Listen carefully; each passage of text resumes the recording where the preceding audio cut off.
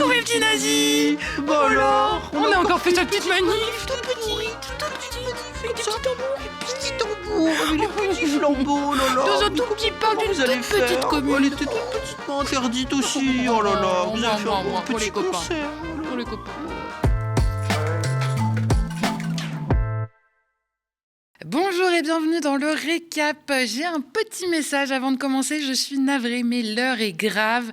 Le récap et notre chaîne sont en danger.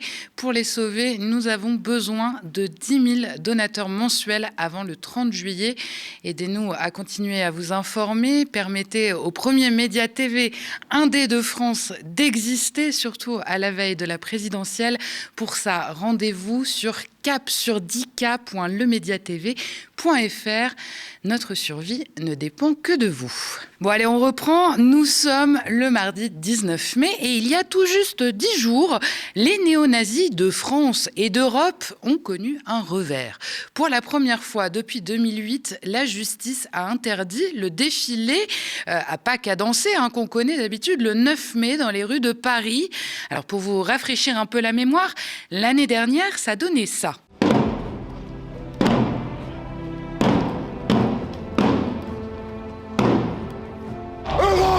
Jeunesse, révolution!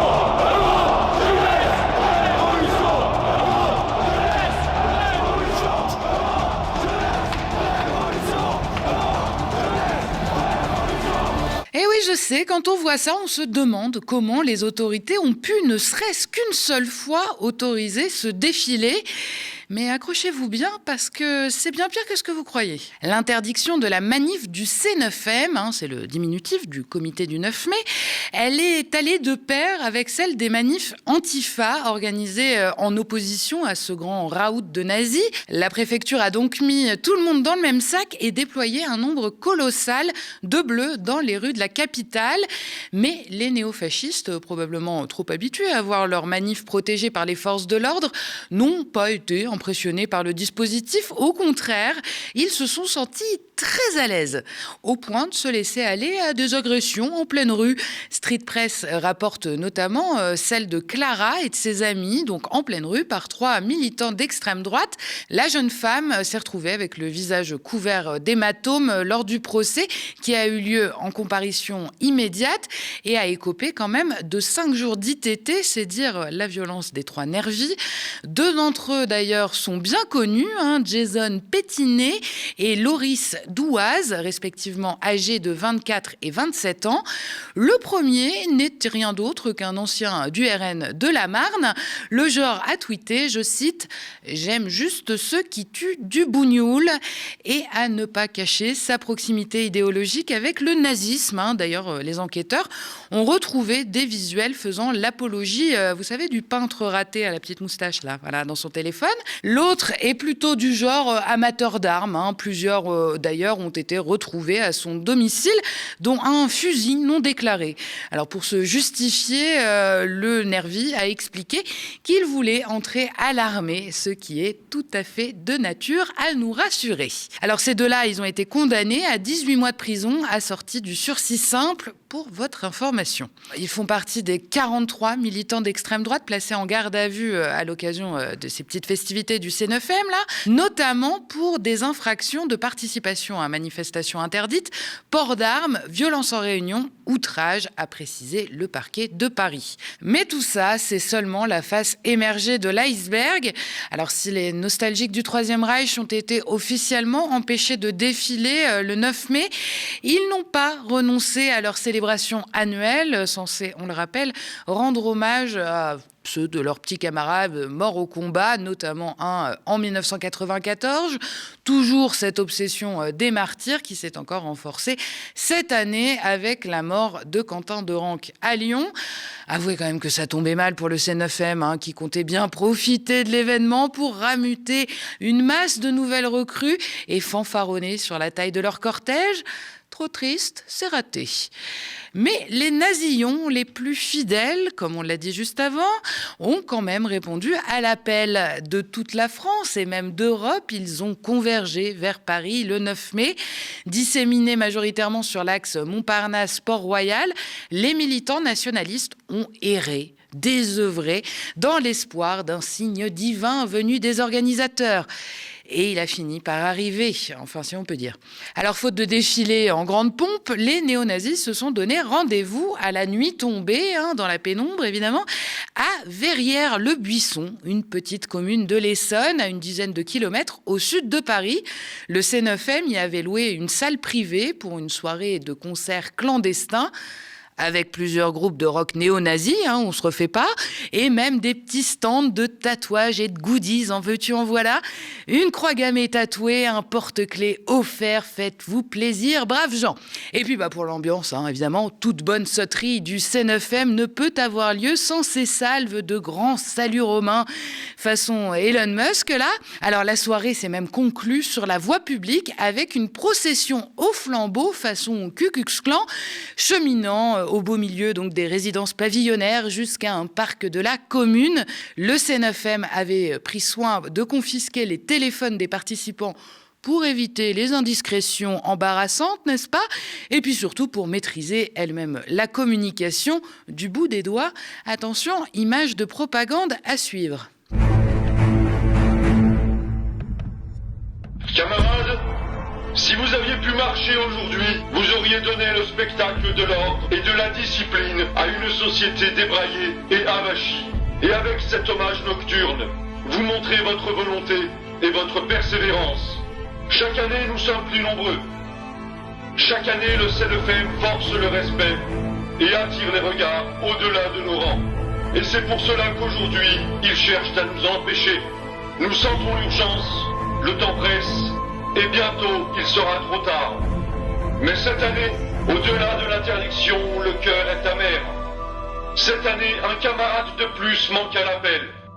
Certains ont perdu un ami, mais tous, nous avons perdu un frère. Quentin, 23 ans, assassiné par la gauche, et plus largement par tous les ennemis de notre peuple. Nos héros ne nous demandent pas de commémorer. Ils nous ordonnent d'agir, pas avec légèreté, pas avec routine, pas avec pause, mais avec sérieux, avec dureté et avec constance. Pourquoi la mort de Sébastien reste-t-elle si actuelle? Eh bien parce qu'on meurt encore pour notre peuple, comme Quentin. Nos camarades disparus ne sont pas des souvenirs, ce sont des témoins vivants. Ils fertilisent le sol sur lequel ils sont tombés. Fertiligène. Allez hop, au compost. Pour une fois qu'ils se rendent utiles, ceux-là, on va pas se plaindre. Bon, enfin, vous voyez l'ambiance, quoi. Et tout ça, sans réaction des forces de l'ordre. Non, pas de problème. La police a été multiplement alertée par les riverains, selon des témoignages recueillis par Street Press, sans grand effet. Enfin, si, d'après le Parisien, qui affirme qu'une patrouille de police a quand même bel et bien été débarquée sur place, alors que tout ce petit monde a profité du concert de rock néo-nazi dans la salle privée. Mais ne constatant aucun débordement ou trouble à l'ordre public, elle serait repartie sans demander son reste. Quelle chaleureuse ambiance quand même. Le seul que tout ça a semblé révolter, c'est le maire de la commune qui s'est dit atterré. Je le cite, « Nous ne sommes pas le déversoir des manifs interdites à Paris », a-t-il commenté auprès du Parisien, évoquant de possibles poursuites judiciaires. Une enquête serait d'ailleurs en cours afin de vérifier dans quelles circonstances le C9M a pu avoir accès à cette salle de location privée. Surtout que, toujours selon nos confrères, la personne en charge de l'orga de la petite sauterie là, ne serait d'autre que Marc de Cacré-Valmeinier, voilà, ça fait bien. Mais derrière la particule et le style un peu bon chic, bon genre, comme ça, là, se cache un gros bonnet, des milieux néo-nazis parisiens, un ex-dirigeant également du groupuscule ultra-violent Zouave Paris, et donc multicondamné pour des faits de violence.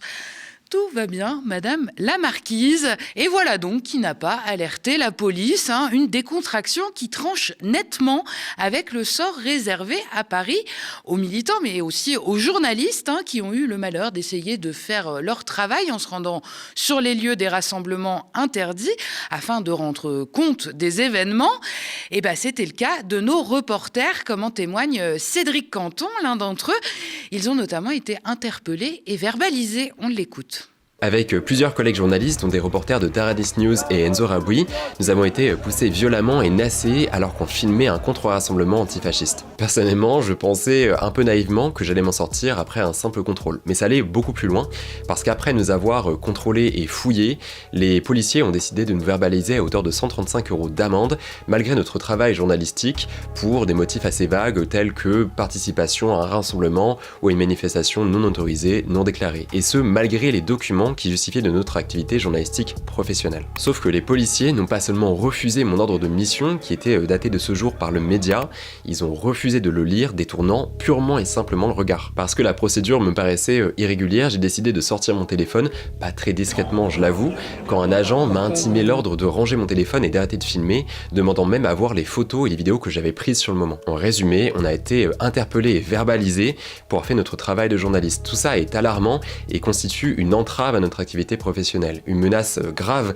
aux libertés de la presse, alors même que Reporters sans frontières a publié récemment l'édition 2026 de son classement annuel des libertés de la presse et pointé les menaces qui pèsent sur le journalisme dans le monde, y compris dans notre démocratie. Et évidemment, vous pouvez retrouver l'intégralité de ce reportage sur notre chaîne YouTube. Alors oui, le tribunal administratif a bel et bien interdit la manif néo-nazie du 9 mai cette année, mais il faudrait être aveugle pour y voir une victoire. Dans un pays où les teufs sont réprimés, les mouvements sociaux matraqués, les écolos criminalisés et les rassemblements pour la Palestine tout bonnement interdits, l'extrême droite continue, elle, de bénéficier d'une indulgence pour le moins troublante. L'annulation du 9 mai ne change pas le fond du problème. Les nationalistes violents prospèrent toujours dans un climat de banalisation et de complaisance de la part des autorités et aussi du pouvoir. Et voilà pourquoi la lutte antifasciste reste une nécessité absolue. Contre le fascisme, contre l'extrême droite, la nuit nous guette, mesdames et messieurs. Soyons solidaires, tous ensemble.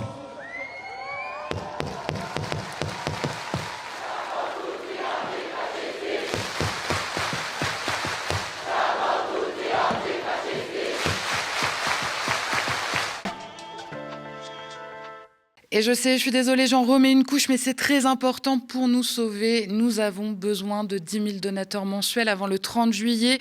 Aidez-nous à continuer à vous informer, surtout avant l'année présidentielle qui nous attend. C'est très important. À partir de 5 € par mois et défiscalisable. Toutes les infos sont sur capsurdicap.lemediatv.fr. Notre survie ne dépend que de vous. Merci de votre aide. Et puis si vous aimez le récap et que vous avez envie qu'on discute ensemble, je vous attends sur le canal de discussion Instagram. Le lien pour le rejoindre est dans la barre d'infos. Et allez, on poursuit avec le reste de l'actualité. Après la loi d'orientation agricole en mars 2025, la loi du plomb quelques mois plus tard, c'est au tour de la loi d'urgence agricole d'arriver à l'Assemblée nationale. Présentée par le gouvernement comme une réponse à la colère agricole de cet hiver, ce projet concerne notamment le stockage de l'eau, l'élevage, les pesticides ou encore la gestion du loup. Le député républicain Julien Dive, rapporteur du texte, défend une loi destinée selon lui à renforcer la souveraineté alimentaire française et à simplifier le quotidien des agriculteurs. Mais à gauche, on accuse le gouvernement de lever tous les garde-fous au profit de l'agro-industrie, des élevages intensifs et des méga-bassines. Plusieurs élus et associations alertent également sur un possible durcissement des sanctions contre les actions militantes qui visent les élevages industriels accusés de maltraitance animale. On en reparle dans les jours à venir, évidemment. La fin des débats est prévue pour le vendredi 29 mai, avant un vote solennel du texte le 2 juin. L'affaire Patrick Bruel continue, on en parlait hier, du témoignage notamment de Flavie Flament, une animatrice qui accuse le chanteur de l'avoir violée alors qu'elle avait 16 ans. Son avocate Corinne Herman a déclaré ce matin sur France Inter que d'autres plaintes pour viol devaient être déposées contre Bruel dans les jours à venir. En tout, c'est 8 plaintes pour violences sexuelles qui ont été déposées et plus d'une trentaine de femmes qui ont témoigné contre contre le chanteur. Ce matin, la porte-parole du gouvernement a affirmé qu'il faut encourager les victimes à parler. Même des dizaines d'années après, on doit tous œuvrer à un système politique, médiatique, judiciaire qui permet aux femmes qui ont été victimes de violences sexistes et sexuelles de s'exprimer, de le dire sur la place publique et d'être entendues par la justice, a ajouté Maud Bréjon. De son côté, Patrick Bruel continue de se produire au théâtre et commence sa tournée de concerts dès le mois prochain. Face à cette impunité, des collectifs féministes se mobilisent et lancent notamment une pétition soutenue par plus de 20 000 personnes demandant l'annulation de ces concerts. On passe à l'actualité internationale. Hier, en Californie, 3 personnes ont été tuées lors d'une attaque devant le centre islamique de San Diego. La structure regroupe la plus grande mosquée de cette région et donne des cours pour les enfants. Selon la police américaine, 2 jeunes de 17 et 18 ans auraient ouvert le feu devant la mosquée. Après l'attaque, ces 2 suspects ont été retrouvés morts dans une voiture, laissant penser à un suicide avant l'arrivée des forces de l'ordre. La police parle d'un possible acte islamophobe. En effet, une lettre contenant des messages haineux a été retrouvée, affirment plusieurs médias américains.